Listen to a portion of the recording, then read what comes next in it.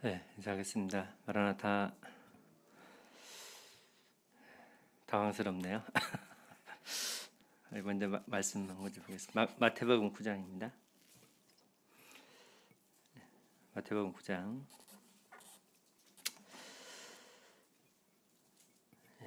18절부터 26절까지 한 절씩 교독해서 읽겠습니다.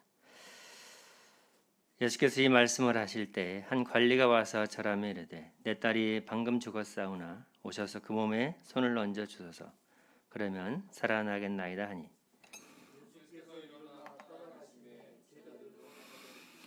열두 해 동안이나 혈루증으로 앓는 여자가 예수의 뒤로 와서 그 겉옷가를 만지니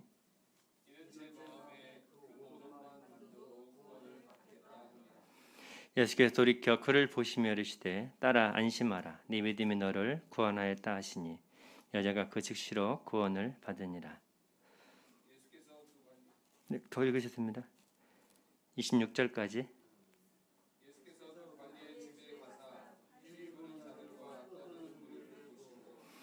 이르시되 물러가라 이 소녀가 죽은 것이 아니라 잔다 하시니 그들이 비웃더라.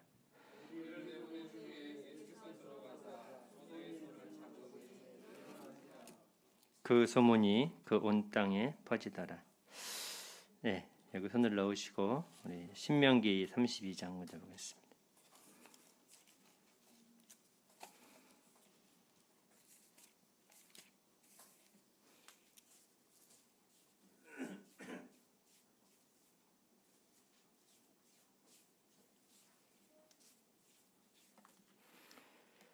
네, 신명기 32장 7절입니다. 찾으셨으면 같이 읽겠습니다. 시작. 옛날을 기억하라. 역대 연대를 생각하라. 네 아버지에게 물으라. 그가 네게 설명할 것이요. 네 어른들에게 물으라. 그들이 네게 말하리로다. 네, 주님께서 우리에게 당황스러운 일을 허락해 주셨습니다.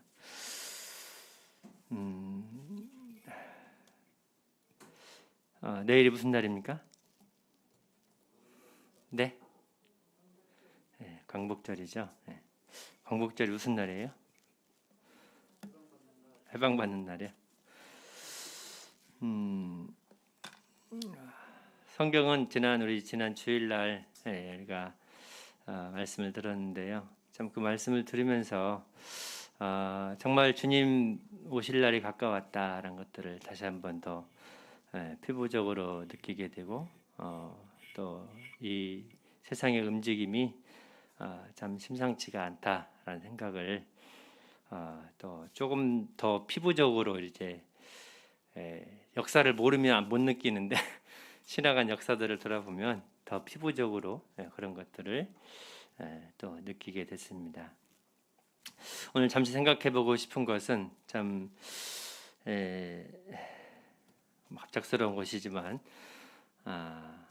우리의 지나간 역사들을 한번 생각해 보기를 원하고 또 우리 믿음의 크기와 내 믿음의 분량은 어떤 믿음의 내가 크기를 가지고 있는지 생각해 보기를 원합니다. 성도님들 개인의 흑역사 있어요? 내 개인의 어두운 역사.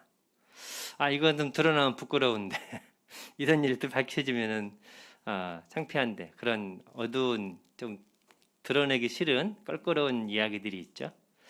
우리 가족 개인의 역사도 그렇고 우리 가족의 역사도 그렇고 한 사회의 역사 또 교회, 나라, 국가의 역사도 그렇습니다. 과연 부끄러운 역사는 기억해야 될까요? 잊어버려야 될까요? 네, 부끄러운 역사를 기억해야 될까요? 잊어버려야 될까요? 제가 교회 카톡방에 사진을 하나 올리겠습니다.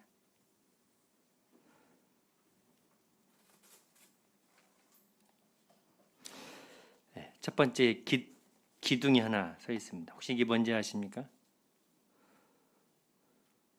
네? 이게 뭔지 아시는 분? 제가 처음 올린 사진 기념비 하나 써 있죠.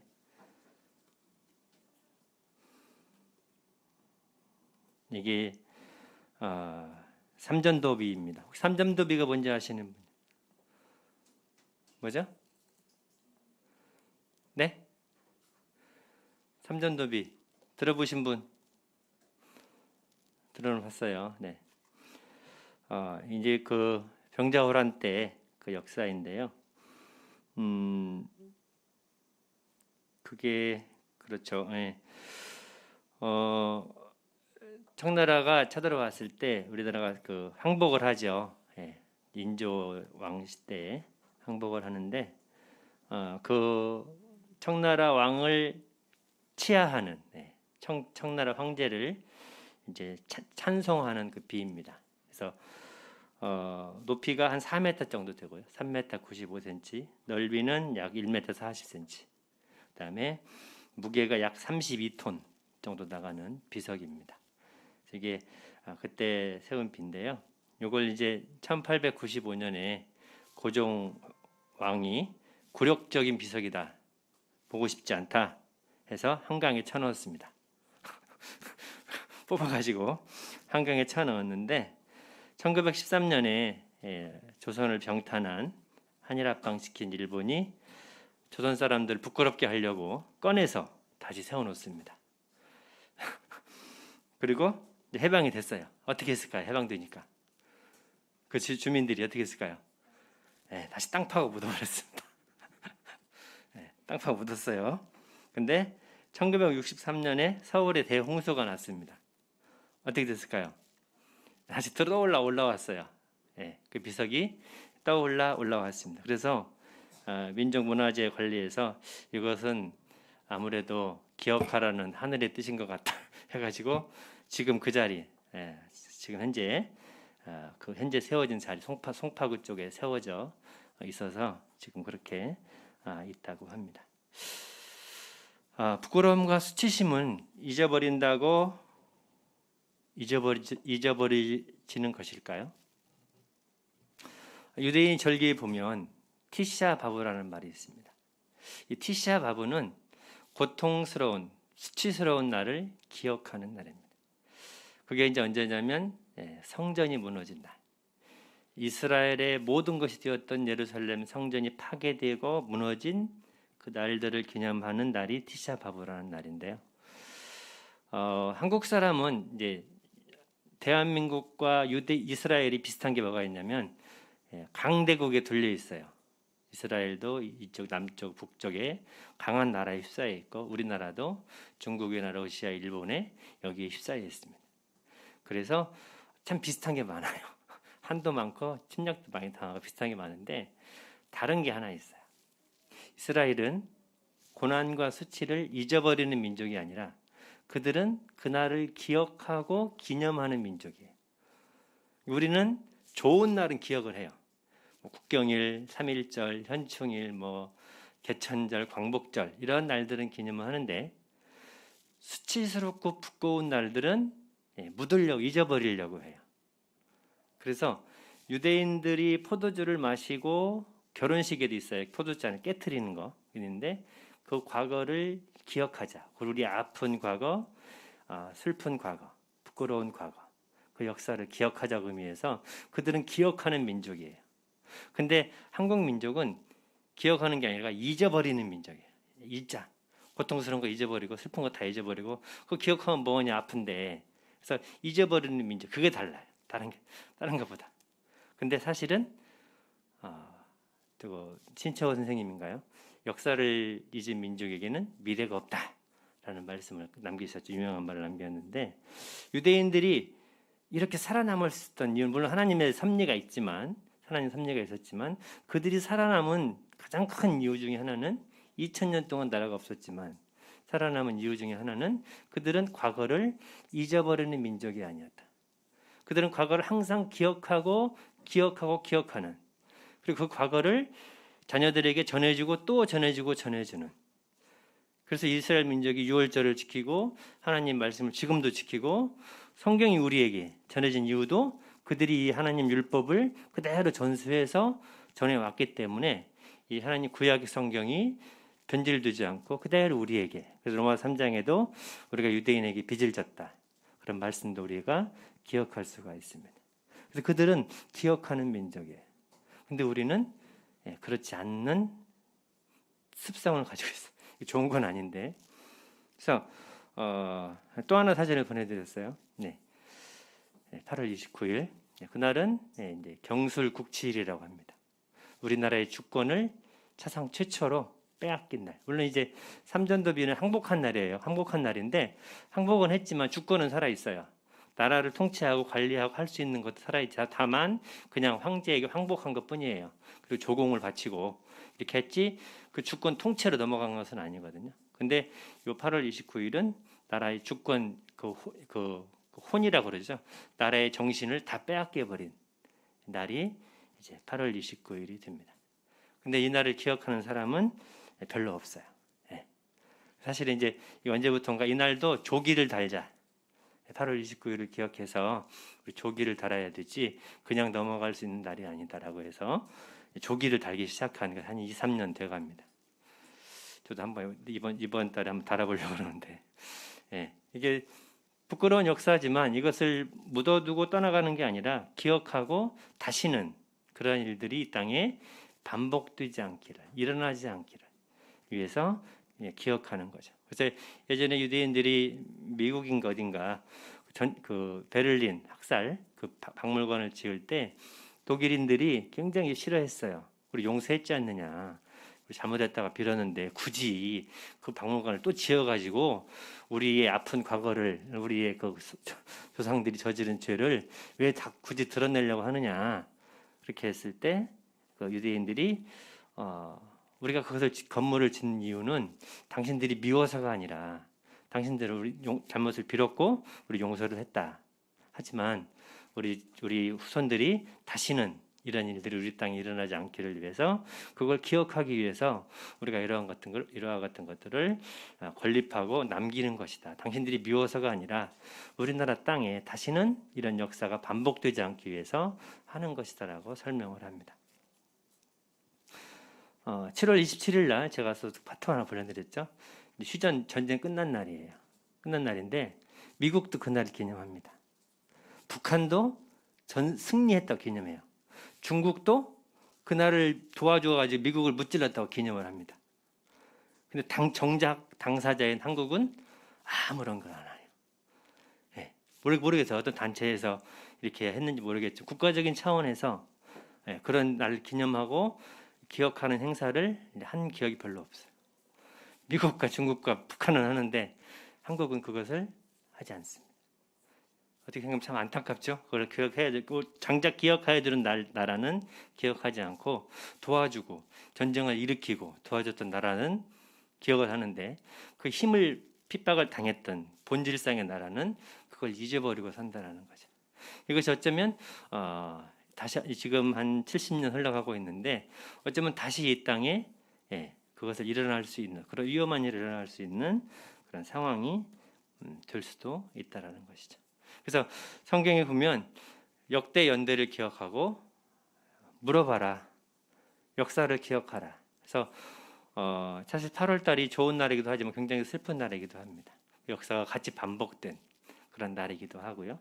그래서 좀 긴 내용이었는데 우리 신앙도 마찬가지입니다. 신앙도 마찬가지고 우리 삶도 마찬가지고 우리 믿음도 역사가 있어요. 믿음의 역사, 승리한 역사, 패배한 역사. 우리 삶이 하나님 말씀 속에서 과거를 잊어버리는 게 아니라 그래서 이스라엘 백성들은 뭐 이제 그 군인들 훈련 끝나고 그 졸업식 하잖아요. 소위 임관식 하잖아요. 그럼 그들이 그것을 어디서 하냐면 그들이 멸망한 그 마사다라고 하는 그곳에서 합니다. 최후에 100명이 남아서 다 죽었잖아요. 그 마지막 한두 명 남아서 그 역사의 증거가 남아 있는데 처참하게 패배했던 그 현장에서 그들은 장교들 임관식을 합니다. 그리고 그것을 기억하고 다시는 이러한 일들이 이 땅에 일어나지 않도록 반복하기 위해서 그 역사 교육을 하는데 우리도 어쩌면 이러한 소위 임관식 장교 이런 것들을 이러한 그 수치스러운 부끄러운 현장에서 해야 그것들이 더 오히려 다시는 이 땅에 그런 일이 벌어지지 않도록 우리가 또 말씀도 마찬가지죠. 신앙에 부끄러운 삶들이 있잖아요. 그것도 마찬가지로 말씀 속에서 기억하고 나아갈 수 있는, 그래서 그 역사들이 되풀이되지 않도록 그런 삶이 우리 삶 속에 이루어졌으면 합니다. 우리 본문으로 돌아가겠습니다.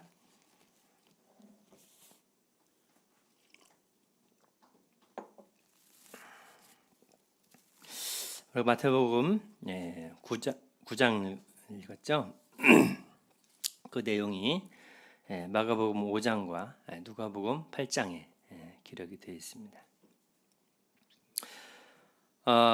복음서에 나타난 주님의 기적을 보면요, 죽었다 살아난 사람을 살리는 기적이 세 군데 등장합니다. 하나는 오늘 읽었던 본문의 말씀이고요. 또 하나는 나인성 과부의 아들에서 이제 묻으러 가는 중에 성에서 나와서 땅으로 장사를 치르러 가는 그 과정에 그 청년이 일어나라 하시면서 주님이 살리시는 장면이 나오고요. 또 하나는 이제 죽은 지 나흘이 되어서 썩은 냄새가 나는 요한복음 11장에 나오고 있는 마르다와 마리아의 오라비 나사로의 사건, 그 사건이 등장을 합니다. 복음서의 기록은요, 굉장히 짧은 기록입니다. 주님의 약 3년의 공생애를 기록했지만 3년의 공생애를 다 기록한 게 아니라 요한복음 21장에 보면 20장인가요? 주님의 생애를 다 기록하면 이 책에, 이 세상에 그 책을 둘 자리도 없다라고 하는 것처럼 엄청난 하루하루 주님의 이 땅에서 하루하루의 삶은요, 결코 헛된 그런 홀로 그냥 보내는 아무 의미 없는 그런 시간이 아니라 그분의 삶은 복음서를 요약해 놓은, 마태, 마가, 누가, 요한복음을 요약해 놓은 삶이 그분의 삶입니다. 이 삶이 주님의 3년의 생애 속에서 쭉 이루어졌다고 보시면 돼요. 그것을 요약해 놓아서 기록한 것인데 오늘 두 가지 사건을 본문은 다루고 있습니다. 우리는 종종 생활 속에서, 신앙 속에서 내가 왜 기도를 했는데 주님이 그 기도를 안 들어주지, 바로바로 안 들어주시지? 왜 주님 나를 여기까지 극한 상황까지 몰아넣으시고 굳이 이렇게 힘든 상황에서 응답하실까? 그냥 바로 기도하고 난 다음에 바로 응답해주면 얼마나 좋을까, 그렇죠? 바로 기도하면 바로 기도인데 바로 돼요. 막 신앙이 자라는 것 같고 이렇게 그럴 텐데 오늘 본문의 말씀 보면 희한한 주님의 모습을 발견할 수 있습니다. 한 관리가 주님 앞에 나옵니다. 누구죠? 회당장인데 마가복음이나 누가복음에 가보면 거기에 야이로라고 이름이 나와요. 회당장 중에 하나인 야이로라는 사람이 나옵니다. 여러분 말씀을 읽고 들으실 때 3자 입장에서 보시면 감이 떨어져요. 3자 입장에서 실제적으로 말씀에 나타나는 독자 속으로 들어가야 됩니다. 여러분 이 시간 야이로의 회당장이 되어보시고, 여러분이 이 시간 성도님들이 12의 혈루증을 앓았던 여인이 한번 되어보십시오. 그리고 그 속에 들어가서 그 현장을 내가 경험할 때 우리가 말씀이 내 속에 들어와서 내 삶을 바꿔놓습니다. 그냥 3자의 입장에서 읽고 지나가면 그냥 소설책 읽는 거예요. 그냥 전기문 읽는 겁니다. 그래서 이 말씀 속으로 내가 들어가서 야이로의 입장에 한번 되어보시고, 또 12의 혈루증 앓았던 여인이 한번 되어보셔서 그 마음을 한번 생각해 보셨으면 합니다. 사랑하는 딸이 죽어갑니다. 그래서 주님이 근처에 계세요. 마태복음 8장에 보면 백부장이 종을 보내죠. 이제 그런 말씀 나오죠. 그래서 여기는 아버지가 직접 주님을 찾아옵니다. 그리고 발 아래 엎드려, 마가복음 5장에 보면 거기에 좀 더 자세히 나와 있어요. 마태복음은 간략하게 나와 있고 마가복음과 누가복음은 좀 더 상세하게 나와 있는데 마가복음은 조금 더 상세하게 나와 있습니다. 그래서 마가복음을 펴놓고 보시면 마가복음 5장 21절부터 43절까지 이 말씀이 쭉 기록이 되어 있습니다. 그래서 야이로라는 사람이 엎드려 주님 앞에 간구합니다. 내 어린 딸이 죽게 되었사오니 오셔서 그 위에 손을 얹으사 그로 구원을 받게 살게 하소서. 네, 이 말씀을 들으시고 주님은 바로 움직이십니다. 네, 바로 가셔요. 바로 가시는데 그때 12년 동안 혈루증이 뭐냐면 피가 마르지 않는 병입니다. 여인병인데 피가 마르지 않는 병으로 고생해온 한 여인이 있는데 이 여인이 그냥 마태복음에는 그냥 환자만 나와요. 근데 여기는 좀 더 자세하게 많은 의사에게 괴로움을 받고 예, 치료를 받는데 왜 괴로움을 받아요? 그죠?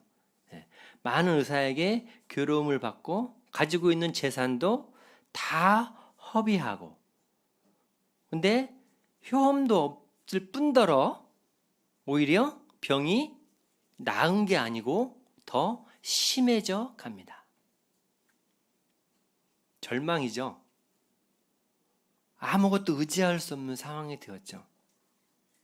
그런 상황 속에서 주님의 소문을 듣습니다. 네, 주님의 소문을 들어요. 주님의 소문을 듣고 주님을 찾아갑니다. 근데요, 굉장한 용기가 필요한 상황입니다. 이 여인은 부정한 여인입니다. 만약에 이 사실이 사람들에게 발각되면 잘못하면 돌에 맞을 수도 있습니다. 마치 문둥병자가 마태복음 8장에 나와 주님이 살아 내려오실 때 문둥병자가 사람들한테 막 나타나가지고 주님 저를 살려주세요. 주님이 원하시면 저를 고칠 수 있습니다. 외치잖아요. 그 문둥병자거든요. 사람들이 기겁을 하는 상황인데 잘못하면 돌에 맞아 죽을 수 있는 상황인데 그 문둥병자가 죽을 각오를 하고 이래 죽으나 저래 죽으나 죽는 건 마찬가지니까 그죠? 문둥병 걸려 죽으나 돌에 맞아 죽으나 죽는 건 매한가지니까 어차피 죽을 거 한번 시도나 해보고 죽자 그런 마음으로 나왔을지도 몰라요. 어차피 죽으니까 저분은 죽는 사람 살리고 못하는 분이 아니시니까 다 하실 수 있으시니까 외쳐본 거죠. 쉬운 말로 믿자 문정이니까 외쳐본 거예요. 믿음을 가지고. 그래서 자기의 믿음을 표현하지 않고 주님 당신이 원하시면 저를 낫게 하실 수 있습니다 라고 표현한 거예요. 당신이 원하시면 저를 낫게 할 수 있습니다. 그래서 내가 원하노니 깨끗함을 받으라 하시잖아요. 그런 각오로 이 여인이 나온 거예요. 사람들에게 들키면 부정한 여인에서 예수님 근처에도 못 가요. 근데 이 상황을 보면 주님의 뒤에 와서 우리가 잘 알고 있는 주의 옷자락 만지며 그죠? 그 찬송가 가사가 여기 있는 겁니다. 뒤에 와서 주님 옷자락을 만졌어요. 그렇게 했다는 것은 여기 상황에 보면 큰 무리가 따라가며 애워싸 밀더라라는 표현이 나와요. 그 주님이 나중에 그 과정 속에서 누가 내 몸에 손을 댔니? 제자들이 의아해하죠. 주님 보세요. 이 수많은 무리가 주님을 따르는데 어떻게 주님의 몸에 손댄 사람이 한둘이겠어요? 어떻게 여기 사람을 찾아요, 주님? 주님 뭐라고 하세요? 내 몸에서 능력이 빠져나갔다. 와우. 내 몸에서 능력이 빠져나갔다. 수많은 사람들이 주님 몸에 손을 댔을 텐데 주님의 몸에서 능력이 빠져나간 걸 경험하는 사람은 한 사람이 하는 거죠. 우리 가운데 수많은 사람들이 있지만 주님의 능력, 주님의 그 힘을, 권능을 경험하는 성도는 지극히 적다라는 거예요. 이 12의 혈루증 여인은요, 더 이상 갈 데가 없어요. 의지할 데도 없고, 돈도 없고, 건강도 다 잃어버리고, 잃어버린 것 뿐만 아니라 더 심해져 가고, 이제는 심하면 죽을 수도 있는, 피가 안 마르면 계속 흐르면 어떻게 돼요? 죽죠. 이젠 죽을 수밖에 없는 그러한 상황인데, 내가 여기서 무엇을 못하리? 그죠? 그래서 주님을 만나러 갑니다. 온몸을 다 싸매고 두 눈만 남겨놓고. 근데 주님 너무 멀어요. 소리를 칠 수도 없어요. 이 환자가 누구인지 알아요, 사람들은. 수많은 의원에게 자기를 보였고 자기를 나타냈고 그 사람들에게 외칠 수가 없어요. 주님 앞에 주님 부를 수도 없어요. 주님 저를 불쌍히 여겨주세요. 바디메오처럼. 외칠 수도 없어요.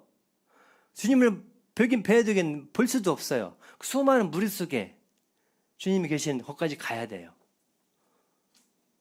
기어이 어떻게 갔어요. 물론 주님은 아시죠. 그 여인이 오고 있는 걸. 그분은 다 아시니까. 그리고 그냥 주님 뒤에 와서 손을 댑니다. 여기까지는 괜찮아요. 여러분, 내가 지금 두 인물을 보는 거예요. 여러분, 야이로의 입장에서 생각해 보시고 12의 혈루증 여인을 생각해 보시라는 거예요. 지금 야이로는 자기 딸이 죽어가요. 지금 죽어가는데 그 딸을 구하기 위해서 주님이 가시는 거예요. 그 가시는 상황 속에서 12의 혈루증이 주님을 만지신 거예요. 그리고 나았어요. 근데 주님이 그냥 가시면 괜찮은데, 그냥 가면 괜찮아요. 가시면 괜찮은데 갑자기 뒤돌아보시면서 누가 내 옷에 손을 댔니? 라고 물으세요. 누가 내 옷에 손 댔어? 물으시는 거예요. 그 제자들이 지금 이제 시간이 흘러가요. 근데 야이로는 어때요? 여러분, 내가 야이로라면 내 사랑하는 딸이 죽어가요. 네. 이혜리가 아파서 곧 죽어가요. 저기 누구야? 혜민이가 아파서 곧 죽어가는데 주님 불러서 가는 거예요. 근데 갑자기 주님 멈췄어요. 길 가다가. 왜? 누가 주님 몸에 손을 댔어요. 주님 부르시니 한시가 급해요. 지금 곧 죽어가요. 살려야 돼요. 마태복음은 죽었다가 나오고 여기는 죽어간다고 나와요. 아직 안 죽은 거예요. 그리고 그 후에 보면 사람들이 와서 선생님 귀찮게 그만하세요. 당신 딸 죽었어요. 라고 합니다. 지금 그 전인데 이제 둘러보시는 거예요. 누가 내 몸에 손을 댔느냐. 그래서 그 여자가 주님 앞에 나와서 두려워 떨면서 그 앞에 엎드려 그 모든 사실을 말합니다. 자, 여기 모든 사실을 말할 때 시간이 얼마나 갔을까요? 자기가 지금까지 살아온 주님, 사실은 제가 이렇게 해서 이런 병원 알았는데 이렇게 돼보고 저렇게 돼보고 다 쫓아다녀보면서 다 했는데 제가 죽을 것 같아서 여기 왔습니다. 주님 손을 댔더니 제가 나았습니다. 주님. 그 과정이 적어도 아무리 안 돼도 여인이 한 맺힌 여인을 한을 푸는데 시간이 적어도 10분 이상, 많으면 20분, 30분, 얼마 흘러가는지 모르겠지만 그 모든 사실을 주님 앞에 여쭙니다. 이때 야이로는 어떨까요? 내가 야이로라면 어떨까요? 이건 미치고 환장을 노릇입니다. 곧 자기 딸이 지금 죽어가는데 얼른 주님을 모셔다가 딸을 보여줘야 되는데, 그래서 주님 손을 얹고 이렇게 살리셔야 되는데 그 상황에서 시간이 스톱되고, 한마디로 말해 그 야이로의 마음이 여기 나와 있지 않지만 내가 야이로였다면 정말 미칠 노릇이 아니겠어요? 아니겠어요? 환장하는 거죠. 빨리 가야 되는데. 그죠? 근데 주님은 참 태연하게, 딸아, 내 믿음이 너를 구원했다. 이제 병에서 놓여서 강건할지어다. 우리 복음서 읽다 보면요, 주님이 어떤 말씀들을 하세요. 뭔 말씀하시냐면 요한복음 5장에 가보면 베데스다의 병자가 나와요. 38년 됐어요. 여기는 12년 됐고 3배죠. 근데 그 병자가 나았어요. 나은 다음에 주님을 다시 만났을 때 주님이 그 병자에게 하신 말씀이 있어요. 뭐죠? 너 다시는 죄 짓지 마. 그런 말씀 하세요. 너 다시는 병이 발병되지 않도록 죄를 짓지 마라 하고 경고를 하세요. 그런 말씀 몇 군데 하셔요. 근데 여기 이 여인에게 뭐라고 해요? 평안히 가라. 네 병에서도요 강건할지어다. 그리고 이제 그때 주님이 말씀하실 때 집에서 사람들이 와요. 그래서 야이로에게 말합니다. 당신 딸이 죽었으니까 이제 선생님 그만 귀찮게 하세요. 이제 보내드리세요. 죽었다니까요. 그때 야이로의 마음은 어땠을까요? 누구 때문에 죽은 거예요? 네? 누구 때문에 죽은 거예요, 지금 딸이? 모르시겠어요? 저 여인 때문에 죽은 거잖아요. 저 여인 안 나타났으면 벌써 집에 갔을 텐데, 그 여인이 나타나가지고 주님의 능력이나 빼앗아가고 내 딸이 저 여인 때문에 죽었지 않았을까, 그렇게 생각하지 않았을까요? 그 표현 나와 있지 않지만 그때 야이로의 마음은 어땠을까요? 딸이 죽었다는 소식을 들었을 때 오로지 주님을 찾아가기 위해서 했는데 딸이 죽어버렸어요. 이와 비슷한 장면이 또 한 군데 나오죠. 어디 나오죠? 요한복음 11장에 가면 어떤 병든 자가 있으니 이름은 나사로라. 그죠? 나사로 이야기 나오죠. 거기에 마르야 마르다가 주님께 사랑을 보냅니다. 주님 사랑하신 자가 병들었으니까 오셔서 고쳐주세요 라고 구해요. 근데 주님은 희한하게도 바로 가셔야 되는데 거기는 며칠을 더 묵어요? 한 이틀 더 묵었다 가요. 왜 그러실까요? 주님이 오셨어요. 이제 마르다 마리아의 집에. 근데 문 밖에서 마르다가 주님을 기다리고 있었어요. 그때 한 말이 뭐죠? 주님이 여기 계셨더라면 내 오라비가 죽지 아니하였겠나이다 라고 말해요. 그 말을 똑같이 리바이벌을 합니다. 누가? 마리아가 먼저 했던가요? 마리아가 먼저 했군요. 네. 마리아가 먼저 하고 나중에 마르다가 똑같이 그 말합니다. 주님이 여기 계셨더라면, 그죠? 그 말을 똑바로 반복해서 해요. 그리고 거기에 보면 네가 믿으면 하나님 영광을 본다고 하지 않겠느냐? 주 제가 믿나이다. 마지막 날에는 다시 살릴 줄을 내가 믿나이다. 놀라운 믿음입니다. 마지막 시대 부활의 믿음을, 놀라운 믿음을 가지고 있었어요. 근데 주님이 네가 믿으면 큰 영광을 보리라 하시면서 우리가 아시는 것처럼 그 무덤으로 갑니다. 돌을 옮겨 놓으라고 했을 때 마르다가 뭐라고 해요? 주님, 냄새나요. 썩어 죽어서 냄새납니다, 주님. 라고 말합니다. 네가 믿으면 큰 영광을 보리라. 그래서 나사로가 죽은 지 3일, 사흘 만에 살아나게 되는 경험을 합니다. 자, 화면을 돌려서 이제 사람들이 와서 당신 딸이 죽었으니까 더 이상 괴롭게 하지 마십시오 라고 했을 때 주님이 들으시고 그 야이로에게 말씀하십니다. 두려워하지 말고 믿기만 하라. 그리고 베드로와 야고보와 요한 3명을 데리고 집에 들어가서 사람들이 울고 있으니까 울지 말라. 어찌 우느냐? 이 아이는 지금 자고 있다. 주님이 보실 때는 자고 있는 거예요. 사람들이 볼 때는 죽었지만 주님이 보실 때는 자고 있는 거예요. 언제든지 주님은 깨우실 수 있는 분이에요. 나사로도 마찬가지입니다. 내가 우리 나사로를 깨우러 간다 했어요. 깨우러 간다. 살리러 가는 게 아니고 깨우러 간다고 하셨어요. 그러니까 사람들이 비웃게 되죠. 왜냐하면 다 죽은지 아니까.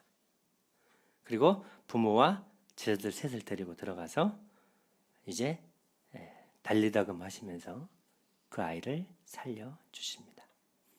소녀야 일어나라. 왜 주님은 바로 말씀하시면 바로 가셔가지고 그냥 여인이 만져서 능력 빠져나가면 어때요? 지금 급히 죽겠는데 야이로의 마음을 모르실까요? 그 야이로의 지금 답답하고 급하고 정말 흔히 말하는 골든타임, 그죠? 신앙의 골든타임이라고 해야 하나 이걸? 어쨌든 이 골든타임 주님 빨리 죽기 전에 가야 되는데 여기서 지체를 하고 계시니 야이로의 마음이 어떠하겠어요? 그 마음을 주님 모르실까요? 그 여인의 마음, 야이로의 마음을 주님 모르실까요? 모르실 리 없죠. 다 아시죠. 그래서 주님은 기다리시는 거예요. 누구를 위해서요? 주님을 위해서요? 그 아이를 위해서요? 누구를 위해서 기다리신 거예요? 야이로를 위해서 기다리신 거예요. 만약에 주님이 야이로의 딸을 죽지 않았는데 고치셨다. 잘 생각하셔야 돼요. 죽지 않았어요. 근데 고쳐주셨어요.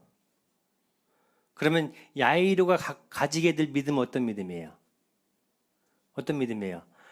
내 딸을 고쳐주신 주님이에요. 그죠? 근데 죽었던 딸을 살렸어요. 그럼 어떤 믿음을 이제 가져요?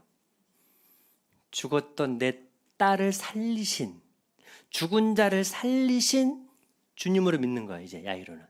만약에 죽지 않은 상태에서 살렸으면 그냥 병을 고치신 주님이야. 근데 죽은 다음에 살리셨기 때문에 야이로의 마음의 믿음은 어떤 믿음이 생겨야지? 주님은 죽은 자를 살리신 주님이에요. 그 믿음의 크기가 어때요?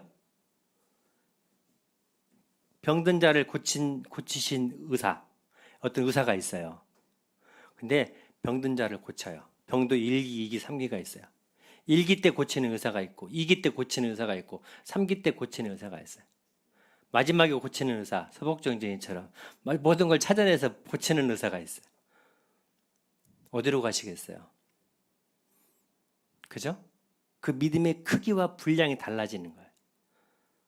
주님은 야이로의 믿음을 위해서 지체하신 거예요. 내가 누구인지를 야이로에게 보이시기 위해서 기다리신 거예요. 언제까지? 아이가 죽을 때까지.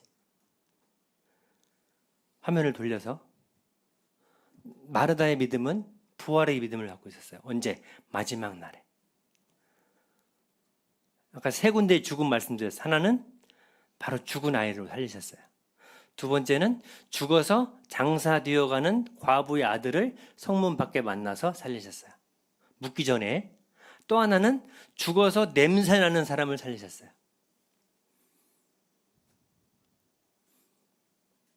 야이로의 믿음, 과부의 믿음, 마리아와 마르다의 믿음. 그 크기가 같을까요? 조금 다를까요? 똑같이 죽었어요. 그죠? 다 죽었어요. 근데 막 죽은 아이. 죽어서 땅으로 묻기 위해 굴에 갇히기 위해서 메고 나오는 사람. 죽었는데 냄새 나는 사람. 셋 다 살렸어요. 부활한 게 아닙니다. 살린 겁니다. 다시 죽었으니까. 누구의 믿음이 크기와 분량이 똑같을 수 없어요. 그죠? 기가 막힐 웅덩이와 수렁이 깊으면 깊을수록 그 깊음 가운데에서 건져내진 믿음은 그것을 경험한 사람만이 알 수 있어요. 성경에는 믿음의 분량대로 지혜롭게 생각하라. 그런 말씀도 나오죠. 내 믿음이 크도다라는 말씀도 나옵니다. 지금 이 시대에 나의 믿음은 어떠한 믿음을 가지고 삽니까? 혈루증 여인의 믿음. 대단한 믿음이죠. 못자락만 만져도. 수많은 사람들이 주님을 만졌지만 주님의 능력을 경험한 사람은 혈루증 여인이었습니다. 죽은 자를 수많은 사람들이 죽었지만 죽은 자를 살리는 주님을 경험한 사람은 그렇게 많지가 않습니다.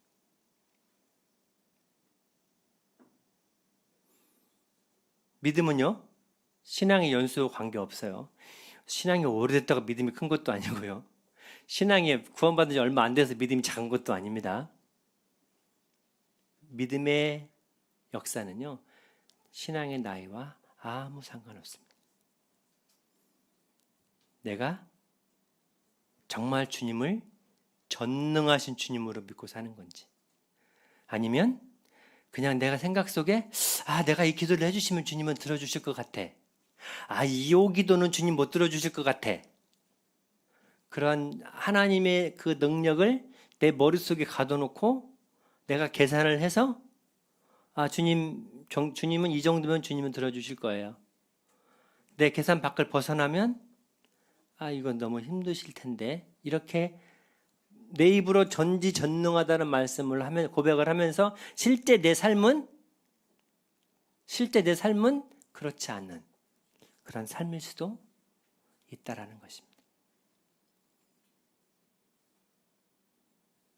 주님이 기다리시는 것은 야이로를 위해서, 마르다와 마리아의 그 믿음을 위해서, 주님이 어떠하신 분이신지를 나타내시기 위해서 기다리시는 거예요. 물론 우리가 실족지 하지 않도록. 주님 우리 믿음의 분량을 아시니까 너무 기다리시면 실족해서 넘어가 버려. 그러니까 주님은 적당한, 주님이 아시는 그분은 전지전능하신 분이기 때문에 그분이 아시는 그 시간 속에서 그분 시간의 주인이시니까 그 시간 안에서 그분은 역사하시는 분이에요.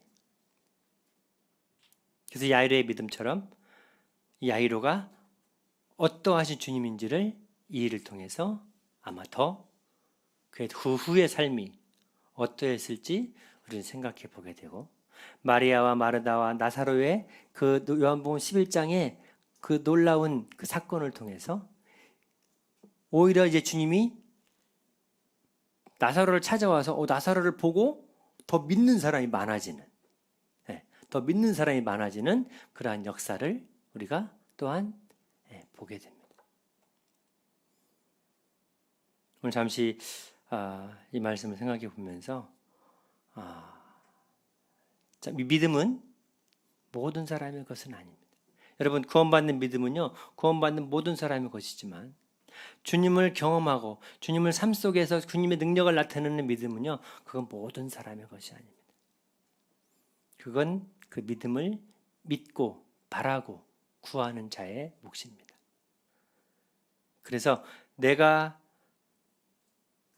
지금 기가 막힐 웅덩이 속에 있다면 나는 지금 놀라운 주님을 경험할 수 있는 그러한 어마어마한 시간 속에 살고 있다고 보시면 됩니다. 그래서 그분이 하시는 그 역사를 바라볼 수 있는 그러한 눈을 우리가 가지고 있어야 합니다. 오늘 이 잠깐 짧은 이 이야기를 통해서 우리 믿음의 크기, 믿음의 분량은 주님이 어떠하신 분이신지를 알아가는 분량은